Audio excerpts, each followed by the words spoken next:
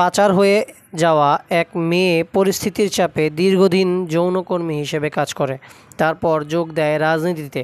সেই মেয়েটির জীবনের নানা ওঠাপড়ার গল্প ধরা দেবে ওয়েব সিরিজ জুলিতে। এটি অভিনয় করছেন পাওলি দাম।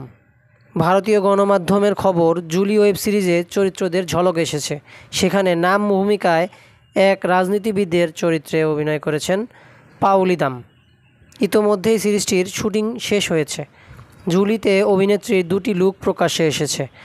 সমাজের প্রান্তিক শ্রেণী থেকে চরিত্রটি একসময় ক্ষমতার শীর্ষে পৌঁছে যায়, কিন্তু উচ্চাকাঙ্ক্ষার পথে হাঁটতে গিয়ে জুলিকে কি স্বার্থ ত্যাগ করতে হবে, নাকি সময়ের সঙ্গে ক্ষমতার বৃত্তে ষড়যন্ত্রকে ফাঁস করতে সফল হবে জুলি, এরকমই কিছু প্রশ্নকে সামনে রেখে সিরিজটির গল্প নেওয়া হবে।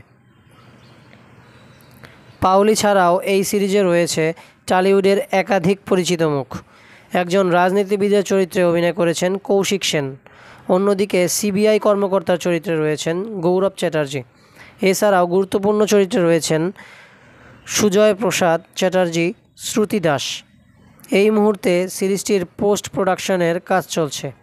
আগামী মাসে সিরিজটি আড্ডা টাইমসে মুক্তি পাবে বলে খবর পাওয়া গেছে।